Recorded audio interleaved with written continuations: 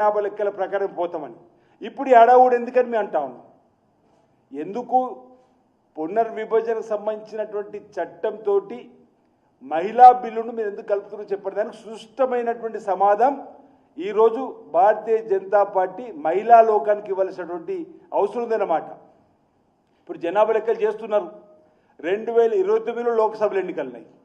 నిజంగా మీకు చిత్తశుద్ధి ఉండుంటే ఈ 16, 17, 18లో లోక్సభలో మహిళా బిల్లును పెట్టకుండా 2026 జనాభా లెక్కలు పూర్తయి 2028లో మీరు లోక్సభలో బిల్లు తీసుకొని వచ్చి 2029 ఎన్నికల్లో కూడా పోవడానికి అవకాశం ఉంది.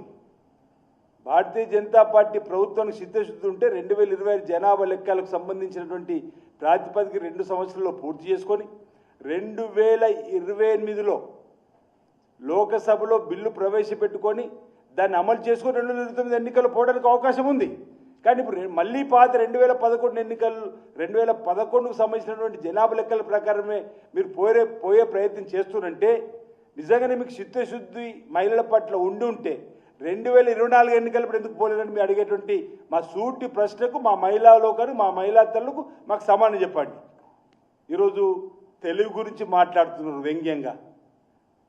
అతి తెలివి ఎక్కువ ఉన్న వాళ్ళల్లో మా రాహుల్ గాంధీ గారు మా రేవంత్ రెడ్డి గారని, అంటే తెలివి తక్కువ ఉన్న వాళ్ళలో మీరున్నారా అని అడుగుతా ఉన్నా.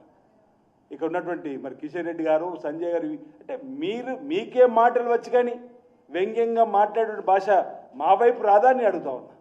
అతి తెలివి తక్కువ ఇలాంటి పదాలు వాడి మా ముఖ్యమంత్రి రేవంత్ రెడ్డి గారు మాట్లాడుతున్నటువంటి అంశాలను రాజకీయం చేసి డైవర్షన్ పాలిటిక్స్ చేయాలని చెప్పనుకుంటున్నారు. అది విధానం కాదు. మీరు సూటిగా ఈరోజు దక్షిణాది రాష్ట్రాలకు జరుగుతున్నటువంటి ఈరోజు పునర్విభజనకు సంబంధించినటువంటి అంశానికి వచ్చినప్పుడు మేము మహిళా బిల్లుకు వ్యతిరేకం కాదు. ఈరోజు మహిళల ప్రాతినిధ్యం ఉండాలనే కదా మా యూపీఏ చైర్పర్సన్ సోనియా గాంధీ గారి నాయకత్వంలో బిల్లును రాజ్యసభలో ఆమోదించుకున్నటువంటి అంశం.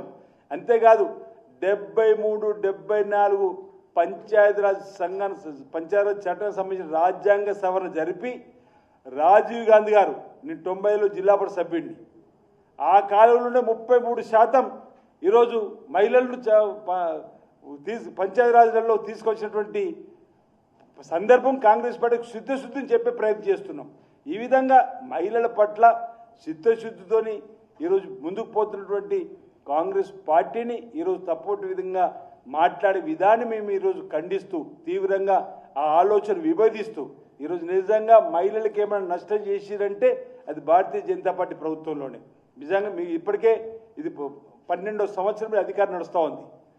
మీరు గతంలో అధికారులు ఉన్నప్పుడు కాంగ్రెస్ పార్టీ తీసుకొచ్చినటువంటి ఈ ఆలోచన ముందుకు తీసుకొని వచ్చినట్టయితే మీకు మొన్నటి 2024 పార్లమెంట్లోనే అది అత్యధిక మంది మహిళా ఎంపీలు ఈరోజు చట్టసభలో ఉండే అవకాశాన్ని ఈరోజు ఇవ్వనటువంటి మీరు మహిళా లోకానికి క్షమాపరిచింది పోయి ఈరోజు పునర్విభజన చట్టం 50% పెంచాలనే పెంపుతో మీరు ముందుకు వస్తున్నటువంటి సందర్భంలో దక్షిణాది రాష్ట్రాలు జరగబోతున్నటువంటి నష్టము జరిగేటువంటి నష్టాన్ని కళ్ళకు కట్టినట్టుగా మొన్నటి ప్రెస్ మీట్ ద్వారా లేదు గౌరవ ప్రధానమంత్రి మోడీ గారికి లేఖ ద్వారా కూడా చెప్పినటువంటి సందర్భంలో వాస్తవాలు ఒకవేళ వీటిలో ఉండుంటే వీటిపైన మేము చర్చిస్తామనే మాట మాట్లాడకుండా ఇది అంకెల గారెడితోటి వారు ఉత్తరాదిలో సీట్లను పెంచుకొని దక్షిణాది రాష్ట్రంతో సంబంధం లేకుండా ఈరోజు రాజ్యాన్ని ఏలాలి దేశాన్ని ఏలాలి చెప్పినటువంటి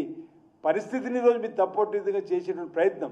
ఈరోజు వారు హైబ్రిడ్ మూడ్లో 50% దామాష ప్రకారం 50% ఈరోజు ఈ ప్రాంతం నుంచి అత్యధికంగా వనరులు సమకూరుస్తున్నటువంటి ప్రాంతాలకు సీట్లు ఇవ్వాలని చెప్పంటే దాన్ని కూడా విమర్శ కోణం చూస్తున్నారు. ఈరోజు ప్రాతినిధ్యం ఉండాలని చెప్పిన ఆలోచన ఈశాన్య రాష్ట్రాల్లో 36 లక్షలకు 40 లక్షలకు ఒక ఎంపీ సీట్ మనం ఇస్తలేము. అక్కడ అంటే ప్రాతినిధ్యం ఉండాలి, ప్రాధాన్యత క్రమంలో ఈశాన్య రాష్ట్రాల్లో కూడా అవకాశం కల్పించాలని చెప్పని అక్కడ దామాష ప్రకారం